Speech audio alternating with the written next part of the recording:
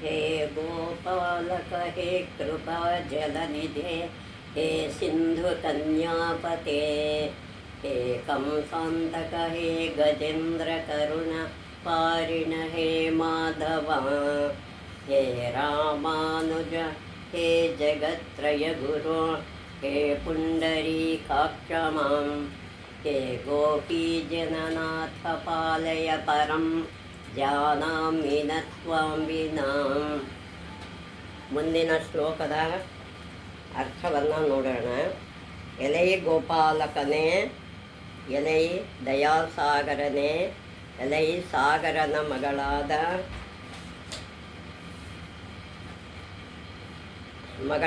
ಲಕ್ಷ್ಮಿಯ ಪತಿಯೇ, ಎಲೈ ಕಂಸಾಸುರನ ಸಂಹರಿಸಿದಾತನೇ, ಎಲೈ ಗಜೇಂದ್ರನ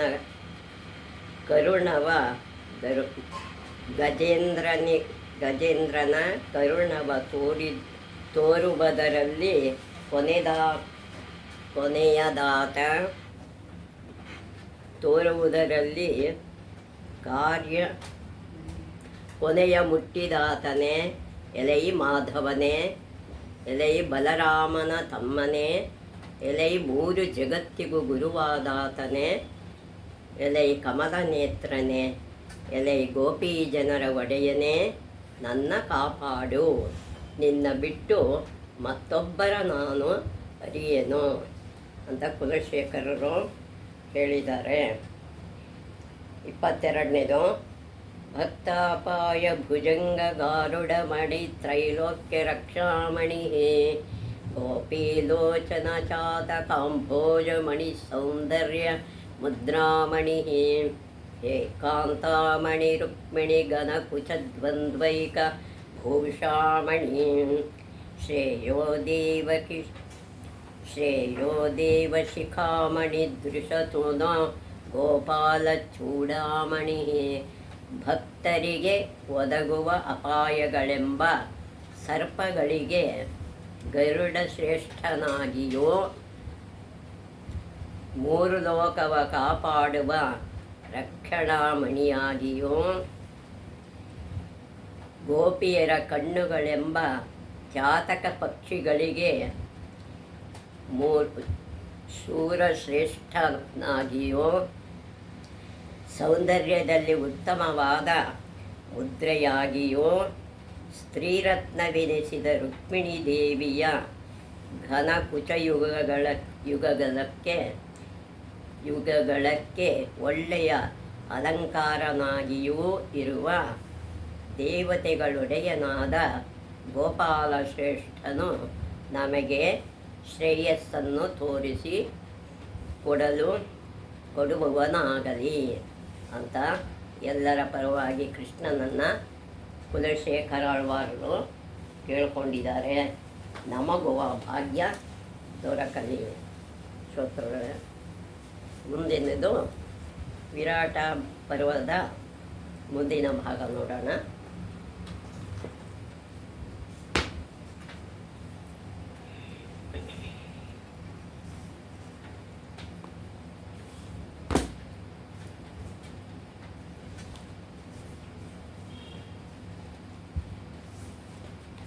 ಮುಂದಿನ ಭಾಗ ಮತ್ತೇನು ನೋಡೋಣ.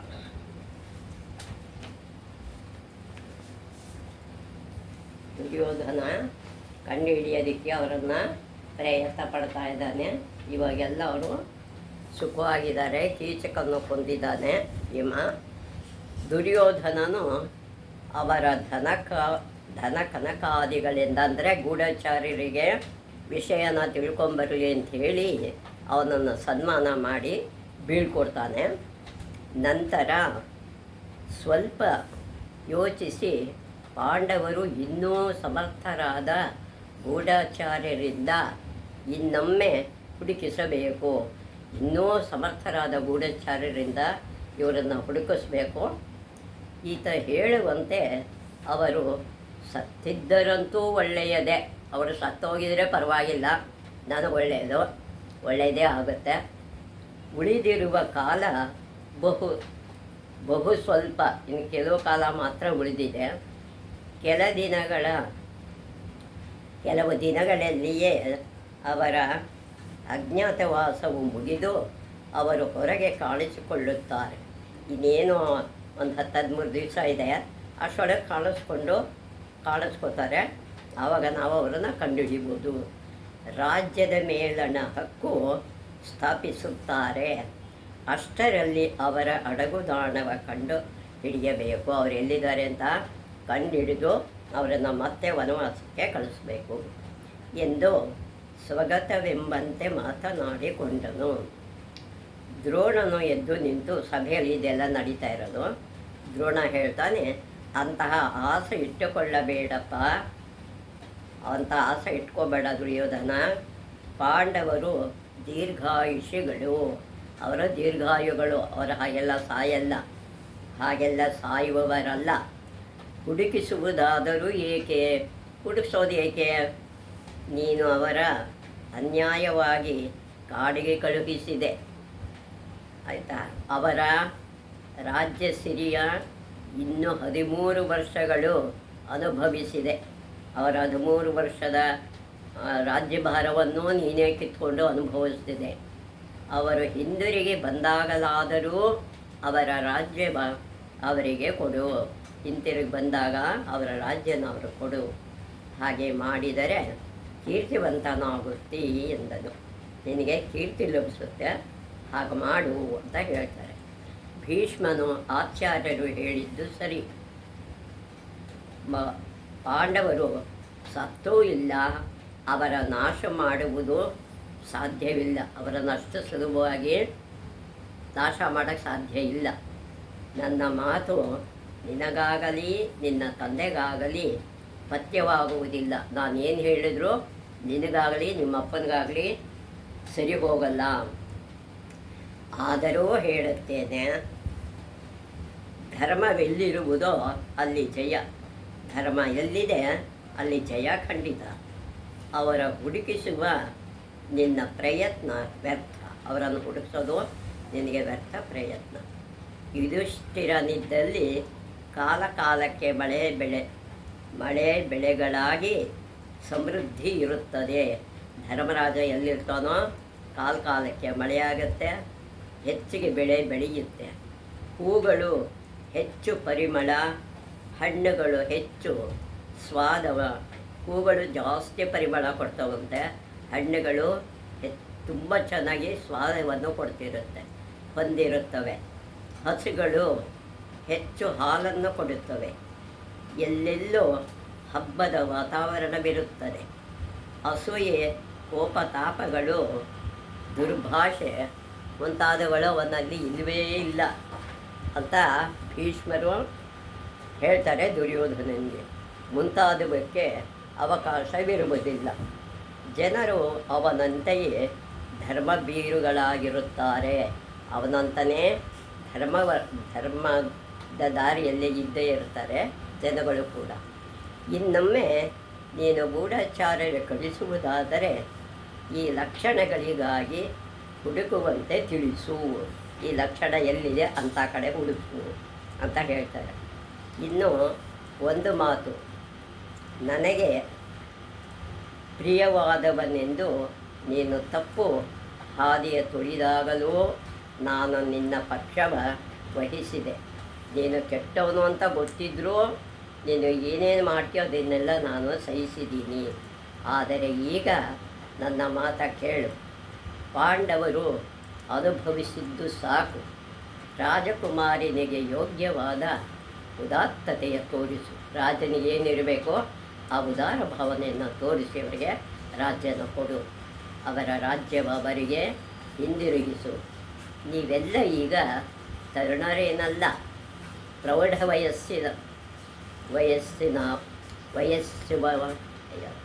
ವಯಸ್ಸಿನವನಾದರೂ ಶಾಂತಿ ಸೌಹಾರ್ದತೆಗಳಿಂದ ಕಳೆಯಿರಿ. ಈಗಾದರೂ ಶಾಂತಿ ಸೌಹಾರ್ದತೆನ ಕಲ್ತ್ಕೊಳ್ಳಿ ಅಂತ ಹೇಳ್ತಾರೆ ಭೀಷ್ಮರು. ಸರ್ವನಾಶದ ಹಾದಿ ಹಿಡಿಯಬೇಡ ಎಂದರು. ದುರ್ಯೋಧನನಿಗೆ ಇದು ಇಷ್ಟವಾಗಲಿಲ್ಲ. ಅವನು ಕೋಪದಿಂದ, ಇಲ್ಲ ಅಜ್ಜ, ಇಲ್ಲ ತಾತ, ನಾನು ಅವ್ರಿಗೆ ಕೊಡಲ್ಲ. ನಾನು ಅವರ ದ್ವೇಷಿಸದೇ ಇರಲಾರೆ. ನಾನು ಅವರ ದ್ವೇಷ ಮಾಡಿಯೇ ಮಾಡ್ತೀನಿ. ಅವರಿಗೆ ರಾಜ್ಯವ ಕೊಡಲಾರೆ. ಅವರು ಎಲ್ಲಿದ್ದರೂ ಕಂಡು ಹಿಡಿದು ಪುನಃ ವನವಾಸಕ್ಕೆ ಕಳುಹಿಸಿಯೇ ತೀರುವೆ ಎಂದನು. ಅವ್ರನ್ನ ಮತ್ತೆ ವಾಪಸ್ಸು ಅವ್ರನ್ನ ವನವಾಸಕ್ಕೆ ಕಳಿಸ್ತೀನಿ ಅಂತ ಹೇಳ್ತಾನೆ. ಕೃಪನು ಮೇಲೆದ್ದು, ಕೃಪಾಚಾರ್ಯರು ಅಂತಿರ್ತಾರೆ, ದುರ್ಯೋಧನ ನೀನು ಆತ್ಮಹತ್ಯೆ ಹಾದಿಯನ್ನೇ ಹಿಡಿಯುವೆ, ಆತ್ಮಹತ್ಯೆ ಮಾಡ್ಕೊಳ್ಳೋ ಅಂಥ ದಾರಿಯನ್ನೇ ಹಿಡಿತಾ ಇದ್ದೀಯ ಎಂದು ನಮಗೆ ಮನವರಿಕೆಯಾಗಿದೆ. ಪಾಂಡವರ ಗ್ರಹಣ ಕಾಲ ಮುಗಿಯಿತು. ಅವರ ಗ್ರಹಣ ಹಿಡಿದ ಕಾಲ ಮುಗಿದಿದೆ. ಅವರಿಗೆ ರಾಜ್ಯವ ಕೊಡುವುದಿಲ್ಲ ಅಂತ ಹೇಳಬೇಡ ಎಂದ ಮೇಲೆ ಯುದ್ಧ ಅನಿವಾರ್ಯ. ಅವರಿಗೆ ರಾಜ್ಯ ಕೊಡಲಿಲ್ಲ ಅಂದರೆ ಯುದ್ಧ ಮಾಡಲೇಬೇಕು, ನೀನು ಯುದ್ಧಕ್ಕೆ ಸಿದ್ಧ ಮಾಡ್ಕೊ ಎಂದಾಯಿತು. ಅದಕ್ಕಾದರೂ ಸಿದ್ಧತೆ ಮಾಡಿಕೊ. ಸ್ನೇಹಿತರಾರು ಬೆಂಬಲಿಸುವವರೋ ಎಂಬುದನ್ನೆಲ್ಲ ಅರಿತುಕೊ. ಯಾರು ನಿನಗೆ ಯುದ್ಧದಲ್ಲಿ ಸಹಾಯ ಮಾಡ್ತಾರೆ, ಯಾರು ಬೆಂಬಲ ನಿನಗೆ ಸಿಗುತ್ತೆ, ಅದೆಲ್ಲ ಹುಡುಕೋ ಅಂತ ಹೇಳ್ತಾರೆ. ಕ್ರೋಧಗೊಂಡ ಪಾಂಡವರು ವಿಷಸರ್ಪಗಳಂತಿರುವರು. ಹಾವಿಗೆ ಎಷ್ಟು ವಿಷ ಇರುತ್ತೋ ಅಷ್ಟು ವಿಷನ ಇಟ್ಕೊಂಡಿದ್ದಾರೆ. ಅವರು ನಿನ್ನ ಸುಮ್ಮನೆ ಬಿಡುವುದಿಲ್ಲ. ಈಗಲೇ ಸಿದ್ಧತೆ ಮಾಡಿಕೋ, ಈಗಲೇ ಸಿದ್ಧ ಮಾಡಿಕೋ. ಸಮಯ ಬಹಳವಿಲ್ಲ. ರಾಜರುಗಳನ್ನು ನೀನೇ ಹೋಗಿ ಭೇಟಿ ಮಾಡು. ಅವಶ್ಯ ಬಿದ್ದಾಗ ನಿನ್ನ ಬೆಂಬಲಿಸುವರು. ನಿನಗೆ ಯಾವಾಗ ಅವಶ್ಯ ಬರುತ್ತೆ ಆಗ ನಿನಗೆ ಬೇಕಾದ ರಾಜರು ನಿನ್ನ ಕೈ ಹಿಡಿತಾರೆ, ಯುದ್ಧದಲ್ಲಿ ನಿನಗೆ ಜಯ ತಂದುಕೊಡ್ಬೋದು ಎಂದು ಅವರಿಂದ ಭಾಷೆ ತೆಗೆದುಕೋ. ಪಾಂಡವರನ್ನೆದುರಿಸಲು ಎಷ್ಟು ಜನರ ಬೆಂಬಲವಿದ್ದರೂ ಸಾಲದು ಎಂದು ಬುದ್ಧಿ ಹೇಳಿದನು ಕೃಪಾಚಾರ್ಯ. ಹೇಗಂತ ಹೇಳ್ತಾರೆ. ಕೃಪಾಚಾರ್ಯರ ಮಾತಿನಲ್ಲಿದ್ದ ಸತ್ಯಾಂಶವ ಗ್ರಹಿಸಿ, ಸತ್ಯಾಂಶ ಅವನಿಗದು ಹೇಳೋದು ಅವರ ಸತ್ಯ ಅಂತ ಗೊತ್ತಿದೆ. ದುರ್ಯೋಧನನು ಸ್ವಲ್ಪ ಕಾಲ ಸುಮ್ಮನಿದ್ದನು. ಆ ನಂತರ ಹೌದು, ಅದು ಹಾಗೆಯೇ ಸರಿ, ನಾನು ಹಾಗೆ ಮಾಡ್ತೀನಿ ಅಂಥೇಳಿ ಇಂದ್ರನೇ ಇಂಥ ಶಕ್ತರೆನಿಸಿಕೊಂಡವರು ಬಲರಾಮ, ಭೀಮ, ಶಲ್ಯ ಮತ್ತು ಕೀಚಕ ಇವರೆಲ್ಲ ತುಂಬ ಮಹಾಬಲಶಾಲಿಗಳು. ಇದು ಲೋಕಕ್ಕೆಲ್ಲ ಗೊತ್ತು. ಕೀಚಕನು ಸತ್ತಿದ್ದಾನೆ ಎಂದ ಮೇಲೆ ಭೀಮನಿಂದಲೇ ಅದು ಆಗಿರಬೇಕು. ಭೀಮನೇ ಅವನನ್ನು ಸಾಯಿಸಿರಬೇಕು, ಇಲ್ಲ ಇನ್ಯಾರೋ ಅವನನ್ನು ಸಾಯಿಸೋಕ್ಕಾಗಲ್ಲ. ಭೀಮನು ಬದುಕಿದ್ದ ಮೇಲೆ ಪಾಂಡವರು ಬದುಕಿರುವರೆಂದೇ ಅರ್ಥ. ಅವರು ಬದುಕೇ ಇದ್ದಾರೆ ಅಂತ ಅರ್ಥ ಆಗುತ್ತೆ. ಯೋಚಿಸಿ ನೋಡಿ. 1 ವರ್ಷ ಮೊದಲು ತನ್ನ 5 ಗಂಧರ್ವಪತಿಗಳ ಕುರಿತು ಮಾತನಾಡುವ ಸೈರಂಧ್ರಿ ಎಂಬ ವಿಚಿತ್ರ ಹೆಣ್ಣು ಮತ್ಸ್ಯರಾಜನ ಅಂತಃಪುರದಲ್ಲಿ ಆಶ್ರಯ ಪಡೆಯುತ್ತಾಳೆ. ಇಂಥ ಒಬ್ಬಳು ಆಶ್ರಯ ಪಡೆದಿದ್ದಾಳೆ ಅಂದರೆ ಅವಳೇ ದ್ರೌಪದಿ ಇರಬೇಕು, ಇವಳು ದ್ರೌಪದಿ ಇರಬೇಕು ಎಂದು ಯಾರಿಗಾದರೂ ಅನಿಸುತ್ತದೆ. ದ್ರೌಪದಿ ಜ್ವಲಂತ ಸುಂದರಿ, ಸಂದೇಹವೇ ಇಲ್ಲ. ಅವಳು ಅಪ್ರತಿಮ ಸುಂದರಿ. ಅವಳನ್ನು ನೋಡಿದ್ರೆ ಯಾರೂ ಇಷ್ಟಪಡದೆ ಇರೋಲ್ಲ. ಕೀಚಕನ ಸ್ವಭಾವ ನಮಗೆಲ್ಲ ಗೊತ್ತು. ಸುಂದರಿಯರ ಕಂಡರೆ ಬಿಡುವವನಲ್ಲ. ಈ ಸರ್ಪಿಣಿಯ ಪ್ರೇಮಿಸುವುದಕ್ಕೆ ಹೋಗಿದ್ದಾನೆ. ಅವಳು ಭೀಮನಿಂದ ಇವನನ್ನು ಕೊಲ್ಲಿಸಿದ್ದಾಳೆ. ಆಯುಧವೂ ಬಳಕೆಯಾಗದೆ ವೀರನಾದ ಕೀಚಕನ ಸಾವು ಇಂದು ಹೇಗೋ ಸಂಭವಿಸಲು ಸಾಧ್ಯವಿಲ್ಲ. ಹೇಗೋ ಸಂಭವಿಸಲಿಕ್ಕೆ ಸಾಧ್ಯ ಇಲ್ಲ ಭೀಮನಲ್ಲದೆ. ಕೊಂದಿರುವ ಕ್ರಮವು ಭೀಮನದೇ. ಸಾಯಿಸಿ ಶರೀರವ ಒಂದು ಮುದ್ದೆ ಮಾಡಿರುವುದು, ರಾತ್ರಿ ಕೊಂದಿರುವುದು ತಾನಾರೆಂದು ಯಾರಿಗೂ ತಿಳಿಯಬಾರದೆಂಬುದಕ್ಕೆ ಅಯ್ಯೋ ಪಾಪ. ಕೀಚಕ ಇನ್ನು ಅಜ್ಜ ಹೇಳಿದ ಎಲ್ಲ ಲಕ್ಷಣಗಳು ಮತ್ಸ್ಯರಾಜ್ಯಕ್ಕೆ ಅನ್ವಯವಾಗುತ್ತದೆ. ತಾತ ಈ ಭೀಮ ಏನು ಹೇಳಿದರೂ ಅದೆಲ್ಲ ಅಲ್ಲಿ ನಡೆದಿದೆ. ಪಾಂಡವರ ಅಡಗುದಾಣವ ಕಂಡುಹಿಡಿದಂತಾಯಿತು. ಅದೇ ವಿರಾಟನ ಅರಮನೆ. ಬೇಗ ಹೋಗಿ ಮತ್ಸ್ಯರಾಜನ ಮೇಲೆ ಆಕ್ರಮಣ ಮಾಡೋಣ. ಅವನ ನಗರದ ಮೇಲೆ ನಾವು ಆಕ್ರಮಣ ಮಾಡೋಣ. ಹೇಗೆ? ಅವರ ಗೋ ಸಂಪತ್ತ ದೋಚೋಣ, ಅವರ ಹಸುಗಳನ್ನೆಲ್ಲ ನಾವು ತಗೊಂಡು ಬರೋಣ. ರಾಜನಿಗೆ ಬಂದ ಆಪತ್ತನ್ನು ಕಂಡರೂ ಪಾಂಡವರು ಸುಮ್ಮನಿರುವುದಿಲ್ಲ. ಅವನಿಗೆ ರಾಜನ ಕಷ್ಟ ಬಂತು ಅಂಥೇಳಿ ಪಾಂಡವರು ಸುಮ್ಮನೆ ಇರೋದಿಲ್ಲ. ಇದ್ದಡೆಯಿಂದ ಹೊರಗೆ ಬಂದೇ ಬರುತ್ತಾರೆ. ಎಲ್ಲಿರ್ತಾರೋ ಅಲ್ಲಿಂದ ತಮ್ಮ ಗೋಗಳನ್ನು ರಕ್ಷಣೆ ಮಾಡೋಕ್ಕೆ ಅವರು ಬಂದೇ ಬರ್ತಾರೆ. ನಾವು ಅವರನ್ನು ಗುರುತಿಸಿ ಬಿಟ್ಟರೆ ಪುನಃ 12 ವರ್ಷ ವನವಾಸ. ಹೀಗೆಯೇ ಮಾಡತಕ್ಕದ್ದು, ಹೀಗೆ ಮಾಡೋದು ಅಂತ ಯೋಚನೆ ಮಾಡ್ತಾನೆ. ಯುದ್ಧಕ್ಕೆ ಸಿದ್ಧತೆಗಳಾಗಲಿ ಎಂದನು. ಯುದ್ಧಕ್ಕೆ ಸಿದ್ಧರಾಗ್ರಿ ಅಂತ ಹೇಳ್ತಾನೆ. ತ್ರಿಗರ್ತರ ರಾಜ ಸುಶರ್ಮನ ದೊರೆಗೆ ಮತ್ಸ್ಯರಾಜನ ಮೇಲೆ ನನಗೆ ಮೊದಲಿಂದಲೂ ವೈರವಿದೆ. ನಾವು ವಿರಾಟ ರಾಜನ ಕಂಡ್ರೆ ನನಗೆ ಆಗಲ್ಲ, ಮೊದಲೇ ಅವನೊಂದು ಸೋದಾನೆ. ಕೇಕಯರು, ಕೀಚಕ ಮತ್ತು ಸಾಲವ ಇವರುಗಳ ನೆರವಿನಿಂದ ಅವನು ನನ್ನ ಪುನಃ ಸೋಲಿಸಿದ್ದಾನೆ. ಸಾಳುವ, ಕೈಕಯ ಈ ರಾಜರುಗಳನ್ನೆಲ್ಲ ಇಟ್ಕೊಂಡು ನನ್ನ ಸೋಲಿಸಿದ್ದಾನೆ. ಈಗ ಕೀಚಕ ಸತ್ತಿರುವುದರಿಂದ ಅವನ ಸೋಲಿಸಿ ಗೋಗ್ರಹಣ ಮಾಡುವುದು ಸುಲಭ. ಅವನನ್ನು ಸೋಲಿಸಿ ಗೋ ಸಂಪತ್ತನ್ನೆಲ್ಲ ನಾವು ತಗೊಂಡು ಬರ್ಬೋದು. ಸಂಪತ್ತು ಬೇಕಾದ ಹಾಗೆ ದೊರಕಿತು. ಸಂಪತ್ತು ಬೇಕಾದಷ್ಟೇ ನಮಗೆ ಸಿಗುತ್ತೆ. ನಿನ್ನ ಜೊತೆಗೆ ನಾನು ಗೋಗ್ರಹಣಕ್ಕೆ ಬರುತ್ತೇನೆ ಅಂತ ಸುಶರ್ಮ ಹೇಳ್ತಾನೆ ಎಂದನು. ಕರ್ಣನು ಸುಶರ್ಮ ಹೇಳಿದ್ದು ಸರಿ, ಸೈನ್ಯವ 2 ಭಾಗ ಮಾಡಿ ಬೇರೆ ಬೇರೆ ಕಡೆಗಳಿಂದ ಒಮ್ಮೆಲೆ ಆಕ್ರಮಣ ಮಾಡೋಣ ಎಂದರು. ಸೈನ್ಯನ 2 ಭಾಗ ಮಾಡೋಣ, ಅಲ್ಲಿಂದ ಒಂದು ಉತ್ತರಕ್ಕೆ ಒಂದು ದಕ್ಷಿಣಕ್ಕೆ ಕಳಿಸೋಣ ಅಂತ. ದುರ್ಯೋಧನನು ಇವರಿಬ್ಬರ ಮಾತನ್ನು ಕೇಳಿ, ದುಶ್ಯಾಸನ ಬೇಗ ಸೇನೆಯ ಸಿದ್ಧಗೊಳಿಸು. ಭೀಷ್ಮ, ದ್ರೋಣ, ಕೃಪ, ಅಶ್ವತ್ಥಾಮ ನೇತೃತ್ವದಲ್ಲಿ ಮುನ್ನಡೆಯಲಿ. ಇವರೆಲ್ಲ ಮುನ್ನಡೆಸಲಿ ಸೈನ್ಯವನ್ನು.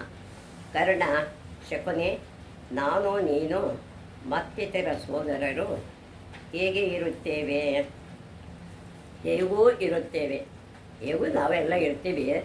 ಸುಶರ್ಮನು ನಾಳೆ ಹೋಗಿ ದಕ್ಷಿಣ ದಿಕ್ಕಿನಿಂದ ಗೋವುಗಳ ಹಿಡಿಯಲಿ. ಸುಶರ್ಮ ದಕ್ಷಿಣದಿಂದ ಗೋ ಹಿಡಿದೆ. ಪಾಂಡವರು ಖಂಡಿತವಾಗಿಯೂ ಗೋರಕ್ಷಣೆಯ ರಾಜನಿಗೆ ಸಹಾಯ ಮಾಡುವುದಕ್ಕಾಗಿ ಬಂದೇ ಬರುವರು. ನೀವು ಅಲ್ಲಿಂದ ಹಿಡಿತಾ ಇದ್ದಾಗಲೇ ಗೋರಕ್ಷಣೆಗಾಗಿ ಪಾಂಡವರು ಎಲ್ಲಿದ್ದರೂ ಬಂದೇ ಬರ್ತಾರೆ. ಮಾರನೆಯ ದಿನ ನಾವು ಕೌರವರು ಉತ್ತರ ದಿಕ್ಕಿನಿಂದ ಹೋಗಿ ಗೋವುಗಳ ಹಿಡಿಯೋಣ. ಉತ್ತರ ದಿಕ್ಕಿನಿಂದ ನಾವೆಲ್ಲ ಹೋಗಿ ಹಸುಗಳನ್ನು ಹಿಡಿಯೋಣ. ನಮ್ಮ ಉದ್ದೇಶಗಳೆಂದರೆ ಮತ್ಸ್ಯ ರಾಜ್ಯವ ಗೆಲ್ಲುವುದು, ಗೋ ಸಂಪತ್ತಿನ ಸಂಗ್ರಹ ಹಾಗೂ ಪಾಂಡವರ ಅನಾವರಣ ಮಾಡುವುದು. ಇಷ್ಟು ಕೆಲಸ ಆಗಬೇಕು. ವಿರಾಟನ ರಾಜನ ಸೋಲಿಸಬೇಕು, ಗೋ ಸಂಪತ್ತನ್ನು ಪಡ್ಕೋಬೇಕು, ಪಾಂಡವರನ್ನು ಕಂಡುಹಿಡಿಬೇಕು. ಇವು ಖಂಡಿತ ನೆರವೇರುವುದು ಎಂದನು. ಎಲ್ಲರೂ ಯುದ್ಧಕ್ಕಾಗಿ ಸಿದ್ಧತೆಗಳ ಮಾಡಿಕೊಳ್ಳುವುದಕ್ಕೆಂದು ಹೊರಟರು. ಎಲ್ಲರೂ ಅವರು ಯುದ್ಧ ಸಿದ್ಧತೆಯನ್ನು ಮಾಡ್ಕೋತೀವಪ್ಪ ಅಂತ ಎಲ್ಲರೂ ಹೊರಡ್ತಾರೆ. ಇದ್ದಕ್ಕಿದ್ದಂತೆ ವಿರಾಟನ ಗೋವುಗಳ ಕದ್ದೊಯ್ದರು. ವಿರಾಟ ರಾಜನ ಇದ್ದಂಥ ಗೋ ಸಂಪತ್ತನ್ನು ಯಾರ ಕದ್ಕೊಂಡು ಹೋಗ್ತಾ ಇರ್ತಾರೆ. ಬಾಣಗಳ ಸುರುಮಳೆಯ ಎದುರು ಗೋಪಾಲಕರಿಗೆ ಅವುಗಳ ಕಾಪಾಡಿಕೊಳ್ಳಲು ಸಾಧ್ಯವಾಗದೆ ಆ ಗೋಗಳನ್ನು ರಕ್ಷಣೆ ಮಾಡೋಕ್ಕಾಗದೆ ಅವರು ಹೋದರು. ಆದರೆ ಅದೇನು ಮಾಡ್ತಾರೆ, ಅವರು ಆಸ್ಥಾನಕ್ಕೆ ಓಡಿ ಬಂದು ರಕ್ಷಣೆಗಾಗಿ ಮೊರೆ ಇಟ್ಟರು. ನಮ್ಮ ಹಸುಗಳನ್ನು ಕಾಪಾಡಿಕೊಡಿ ಅಂತ ಗೋಪಾಲಕರೆಲ್ಲ ಬಂದು ರಾಜನಿಗೆ ಮೊರೆ ಇಡ್ತಾರೆ. ತಕ್ಷಣವೇ ರಾಜನು ಸೈನ್ಯವ ಹೊರಡಿಸಿಕೊಂಡು ಶತ್ರುಗಳ ಅಟ್ಟಿಸಿಕೊಂಡು ಹೋದನು. ರಾಜ ಎಲ್ಲನ್ನು ಅಟ್ಟಿಸ್ಕೊಂಡು ಹೊರಡ್ತಾನೆ. ಅದು ಆನೆ, ಕುದುರೆ, ರಥ, ಪದಾತಿಗಳು ಎಲ್ಲವೂ ಇದ್ದ ದೊಡ್ಡ ಸೈನ್ಯ ಆಗಿರುತ್ತೆ.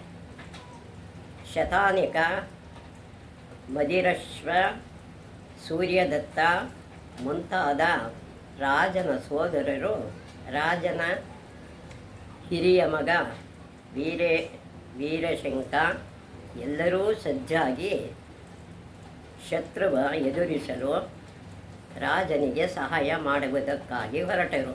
ಇಷ್ಟು ಜನ ಅವನಿಗೆ ಸಹಾಯ ಮಾಡ್ತಾರೆ, ವಿರಾಟ ರಾಜನಿಗೆ ಮಾಡುವುದಕ್ಕಾಗಿ ಹೊರಟರು. ರಾಜರಥಕ್ಕೆ ಕುದುರೆಗಳ ಹೂಡ್ತಾ ಇರ್ತಾರೆ. ಯುಧಿಷ್ಠಿರನು ಮುಂದೆ ಬಂದು, ನನಗೆ ರಥದಲ್ಲಿ ಕುಳಿತು ಅಥವಾ ಅಶ್ವಾರೋಹಿಣಿಯಾಗಿ ಯುದ್ಧ ಮಾಡುವುದು ಗೊತ್ತು ಅಂತ ಧರ್ಮರಾಯನೇ ಬಂದು, ನಾನು ರಥದಲ್ಲಿ ಕುಳಿತು ಯುದ್ಧ ಮಾಡ್ತೀನಿ, ನನಗೆ ಅವಕಾಶ ಕೊಡಿ ಅಂತ ಕೇಳ್ತಾನೆ. ನಿನ್ನ ಅಡುಗೆಯವನಾದ ವಲಲನು ಒಳ್ಳೆಯ ಯೋಧ, ಅವನು ಕೂಡ ಒಳ್ಳೆಯ ಸೈನಿಕ, ಅವನನ್ನು ಕರಿ. ನಿನ್ನ ಅಶ್ವಪಾಲಕ ಹಾಗೂ ಗೋಪಾಲಕರು ಸಹ, ನಿನ್ನ ಕುದುರೆ ನೋಡ್ಕೊಳ್ಳೋರು ಗೋಪಾಲಕ ಇದನ್ನೆಲ್ಲ ಅವನು ಕೂಡ ಬರಲಿ, ಒಳ್ಳೆಯ ಯೋಧರು. ನೀನು ಒಪ್ಪಿದರೆ ನಾವು ನಾಲ್ವರು ಶತ್ರುವಿನ ವಿರುದ್ಧ ಹೋರಾಡುವೆವು. ನೀನು ಒಪ್ಪಿದರೆ ನಾವು 4 ಜನ ನಿನಗೆ ಸಹಾಯ ಮಾಡ್ತೀವಿ ಅಂತ ಹೇಳ್ತಾರೆ.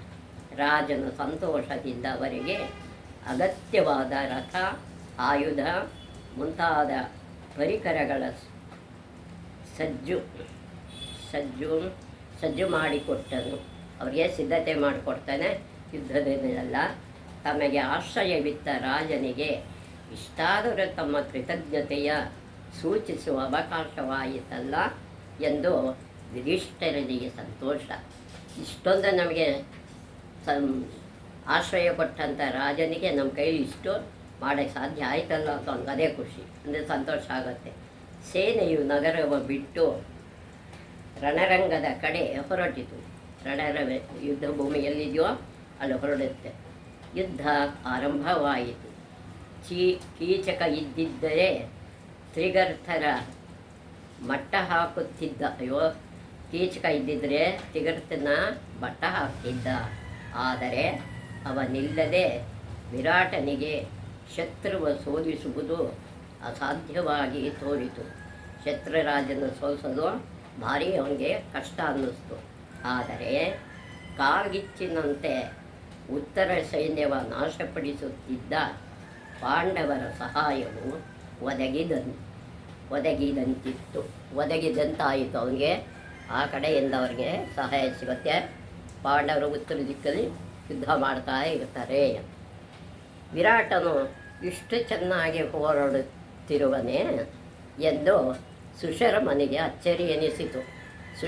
ಇಷ್ಟು ಚೆನ್ನಾಗಿ ಹೋರಾಡ್ತಾ ಇದ್ದಾನೆ ಇವನು ವಿರಾಟ ರಾಜ ಅಂತಾನೆ. ಯುಧಿಷ್ಠಿರನೇ ಈಗ ಗರುಡ ವ್ಯೂಹದ ಸೈನ್ಯವ ಮುನ್ನಡೆಸುತ್ತಿದ್ದನು. ಯುಧಿಷ್ಠಿರನೇ ಗರುಡ ವ್ಯೂಹದ ಸೈನ್ಯವನ್ನು ಅದೇ ಗರುಡಾಕಾರದಲ್ಲಿರುತ್ತೆ. ಅವನು ಅದರ ತಲೆಯಲ್ಲೂ ನಕಲ ಸಹದೇವರು ಅದರ ಪಕ್ಷಗಳಲ್ಲೂ ಭೀಮನು ಅದರ ಪುಚ್ಛದಲ್ಲೂ ನಿಂತು ಹೋರಾಡುತ್ತಿದ್ದರು. ಶತಾನಿಕನಿಗೆ ಪಾಂಡವರ ಶೌರ್ಯವ ಕಂಡು ಉತ್ಸಾಹ ಉಂಟಾಯಿತು. ಶತಾನಿಕನಿಗೆ ಇದು ತುಂಬ ಆಶ್ಚರ್ಯ ಆಗುತ್ತೆ. ವಿರಾಟನ ಸೈನ್ಯವು ಶತ್ರು ಸೈನ್ಯವ ಕುಡುಗೋಲು ಬೆಳೆದು ನಿಂತ ಫಸಲ ಕತ್ತರಿಸಿ ಹಾಕುವಂತೆ, ಕುಡುಗೋಲು ಯಾವ ರೀತಿ ಪೈರನ್ನು ಕತ್ತರಿಸಿ ಹಾಕುತ್ತೋ ಕೊಚ್ಚಿ ಹಾಕಿತು. ಹಾಗೆ ವಿರಾಟನು ಸುಶರ್ಮನು ಪರಸ್ಪರ ಎದುರಾಳಿಗಳು. ಅವರು ಹೋರಾಡುವ ಎದ್ದ ಧೂಳು ಸೂರ್ಯನನ್ನೇ ಮರೆ ಮಾಡಿತು. ಅಷ್ಟು ಚೆನ್ನಾಗಿ ಯುದ್ಧ ಮಾಡ್ತಾರಂತೆ, ಸೂರ್ಯನನ್ನೇ ಮರೆ ಮಾಡೋ ಹಾಗೆ. ವಿರಾಟನ ಸೆರೆ ಹಿಡಿಯಲು ಸುಶರ್ಮನು ಯಶಸ್ವಿಯಾದನು. ಸುಶರ್ಮ ಯಶಸ್ವಿ ಆಗ್ತಾನೆ. ವಿರಾಟನ ಸೈನ್ಯವು ದಿಕ್ಕಾಪಾಲಾಗಿ ಚದುರತೊಡಗಿತು. ಇವರ ಸೈನ್ಯ ಹೋಗ್ತಾ ಇರುತ್ತೆ. ಇದನ್ನು ನೋಡಿದ ಯುಧಿಷ್ಠಿರನು ಭೀಮನ ವಿರಾಟನ ನೆರವಿಗೆ ಕಳಿಸಿದರು. ವಿರಾಟ ರಾಜನ ನೆರವಿಗೆ ಕಳಿಸ್ತಾನೆ. ತಾನು ನಕುಲ ಸಹದೇವರ ಜೊತೆಗೆ ಹಿಂದೆಯೇ ಹೋದನು. ಈ ನಾಲ್ವರನ್ನು ನೋಡಿದ ಸುಶರ್ಮನು ವೀರಾವೇಶದಿಂದ ಕಾದಿದರೂ ಫಲವಿಲ್ಲದೆ ಹೋಯಿತು. ಇಷ್ಟು ಕಷ್ಟಪಟ್ಟು ಯುದ್ಧ ಮಾಡಿದ್ರು ವಿರಾಟನ್ನು ಸೆರೆ ಹಿಡಿಯೋಕ್ಕಾಗಲಿಲ್ಲ. ಭೀಮನು ಅವನ ರಥಕ್ಕೆ ನುಗ್ಗಿ ವಿರಾಟನನ್ನು ಬಿಡಿಸಿದುದಲ್ಲದೆ ಸುಶರ್ಮನ ಎಡೆಮುರಿಗೆ ಕಟ್ಟಿ ಯುಧಿಷ್ಠಿರದ ಬಳಿಗೆ ಕರೆತಂದನು. ಧರ್ಮರಾಜನ ಹತ್ರ ಅವನು ಕರ್ಕೊಂಡು ಬರ್ತಾನೆ. ಈ ಪಾಪಿಯ ಬಿಟ್ಟು ಬಿಡು ಎಂದ ಯುಧಿಷ್ಠಿರನ ಆಜ್ಞೆಯಂತೆ ಅವನ ಬಿಡಲಾಯಿತು. ಅವನನ್ನು ಬಿಟ್ಟುಬಿಡ್ತಾನೆ. ಸುಶರ್ಮನು ಅಪಮಾನದಿಂದ ಅವನತ್ತ ಮುಖ ಮಾಡಿ ಹೊರಟು ಹೋದನು. ಅವನಿಗೆ ಮುಖ ತೋರಿಸ್ತೇನೆ ಹೋಗ್ಬಿಡ್ತಾನೆ. ಗೋವುಗಳ ಬಿಡಿಸಿಕೊಂಡರು, ಗೋವುಗಳನ್ನು ಬಿಡಿಸ್ಕೊತಾರೆ. ವಿರಾಟನಿಗೆ ಈ ನಾಲ್ವರು ಯೋಧರ ಶೌರ್ಯವನ್ನು ನೋಡಿ ತುಂಬ ಸಂತೋಷವಾಯಿತು. ಈ 4 ಜನರ ಶೌರ್ಯ ನೋಡಿ ವಿರಾಟನಿಗೆ ತುಂಬ ಸಂತೋಷ ಆಯಿತು. ರಾತ್ರಿಯಲ್ಲಿ ಅವರು ರಣರಂಗದಲ್ಲಿಯೇ ಕಳೆದರು. ರಣರಂಗದಲ್ಲೇ ಕಳೀತಾರೆ. ವಿಜಯೋತ್ಸವಕ್ಕಾಗಿ ಏರ್ಪಾಡುಗಳ ಮಾಡುವಂತೆ ನಗರಕ್ಕೆ ಸುದ್ದಿ ಹೋಯಿತು. ಏನಕ್ಕೆ ಇವರು ವಿಜಯೋತ್ಸವ ಆಚರಿಸೋದಕ್ಕೆ ನಗರಕ್ಕೆ ಸುದ್ದಿ ಹೋಗುತ್ತೆ. ತ್ರಿಗರ್ತರ ಗುತ್ತಿಗೆಯ ಮಾರನೇ ದಿನ ತಮ್ಮ ಇನ್ನೊಂದು ಕಡೆಯಿಂದ ಬರ್ತಾರವರು ತಮ್ಮ ಯೋಜನೆಯಂತೆ ಕೌರವರು ಉತ್ತರ ದಿಕ್ಕಿನಿಂದ ಗೋಗ್ರಹಣದಲ್ಲಿ ತೊಡಗಿದರು. ಉತ್ತರ ದಿಕ್ಕಿನಿಂದ ಕೌರವರು ಮತ್ತೆ ಬರ್ತಾರೆ. ದಿಗ್ಭ್ರಮೆಗೊಳಗಾದ ಗೋಪಾಲಕರು ನಗರಕ್ಕೆ ಓಡಿ ಬಂದರು. ಇದಕ್ಕೆ ತುಂಬ ಭಯಪಟ್ಟಂಥ ಗೋಪಾಲಕರು ಮತ್ತೆ ಬರ್ತಾರೆ. ನಡೆದುದ ತಿಳಿಸಿ ಸಹಾಯ ಕೇಳಿದವು. ಅರಮನೆಯೊಳಕ್ಕೆ ನುಗ್ಗಿದರು. ಮತ್ತೆ ಈ ಕಡೆ ಬಂದುಬಿಟ್ಟಿದೆ, ಜನಗಳಿದ್ದವು, ಸೈನಿಕರು ಬರ್ತಿದ್ದಾರೆ, ನಮ್ಮನ್ನು ಕಾಪಾಡಿ ಅಂತ. ಅಲ್ಲಿ ವಿರಾಟನ ಹಿರಿಯ ಪುತ್ರ ಭೂಮಿಂಜಯನ ಅಂದರೆ ಬಿಟ್ಟರೆ ಅಂದರೆ ಉತ್ತರ ಕುಮಾರ ಅಂತ ಅವನ ಹೆಸರು ಇರುತ್ತೆ. ಭೂಮಿಂಜಯ ಅಂತ ಇದೆ. ಇನ್ನಾರೂ ಇರಲಿಲ್ಲ. ಉತ್ತರ ಕುಮಾರನೆಂದು ಕರೆಯಲ್ಪಡುತ್ತಿದ್ದ ಉತ್ತರ ಕುಮಾರ ಅಂತ ಅವನ ಹೆಸರು. ಅವನ ಬಳಿಗೆ ದೂರನ್ನೊಯ್ದರು. ಅವನ ಹತ್ರ ತಮ್ಮ ದೂರನ್ನು ಹೇಳ್ತಾರೆ. ನಿನ್ನ ತಂದೆ ತ್ರಿಗರ್ತರ ಎದುರಿಸಲು ಹೋಗಿರುವುದು. ನಿನ್ನ ತಂದೆ ತ್ರಿಗರ್ತನ ಜೊತೆ ಯುದ್ಧ ಮಾಡೋಕ್ಕೆ ಹೋಗಿದ್ದಾರೆ. ಈಗ ನೀನೇ ಬಂದು ನಮ್ಮ ಗೋವುಗಳ ಬಿಡಿಸಿಕೊಳ್ಳಬೇಕು, ನಮಗೆ ಬಿಡಿಸ್ಕೊಡ್ಬೇಕು ಅಂತ ಕೇಳ್ಕೊತಾರೆ. ಶತ್ರುಗಳು ಈಗಾಗಲೇ ಎಷ್ಟೋ ದೂರ ಹೋಗಿರುವರು, ಎಷ್ಟು ದೂರ ಹೋಗಿದ್ದಾರೆ. ಅವರ ವೇಗವಾಗಿ ಬೆನ್ನಟ್ಟಿ ಯುದ್ಧ ಮಾಡಿ ಸೋಲಿಸಿ ಹಸುಗಳ ಕರೆತರಬೇಕು ಮತ್ತು ಅದನ್ನೆಲ್ಲ ಹಸುಗಳನ್ನು ಕರ್ಕೊಂಬರಬೇಕು. ಬೇಗ ಸಿದ್ಧವಾಗಿ ಹೊರಡು ಅಂತ ಎಲ್ಲರೂ ಹೇಳ್ತಾರೆ. ಯೋಗ್ಯ ತಂದೆಯ ಯೋಗ್ಯ ಮಗನೆನಿಸಿಕೋ, ಯೋಗ್ಯ ತಂದೆಯ ಯೋಗ್ಯ ಮಗ ಅಂತ ಅನ್ನಿಸ್ಕೋ. ನಿನ್ನ ಕೈಯಲ್ಲಿರುವ ವೀಣೆಯ ಬದಿಗಿಟ್ಟು ಬಿಲ್ಲೆಂಬ ವೀಣೆಯ ಕೈಗೆತ್ತಿಕೊಂಡು ಶತ್ರುಗಳ ಹೃದಯದ ಭಯವ ಹುಟ್ಟಿಸು ಅಂತ ಎಲ್ಲರೂ ಅದನ್ನು ಹೇಳ್ತಾರೆ. ಬೇಗ ಹೊರಡು ಎಂದರು.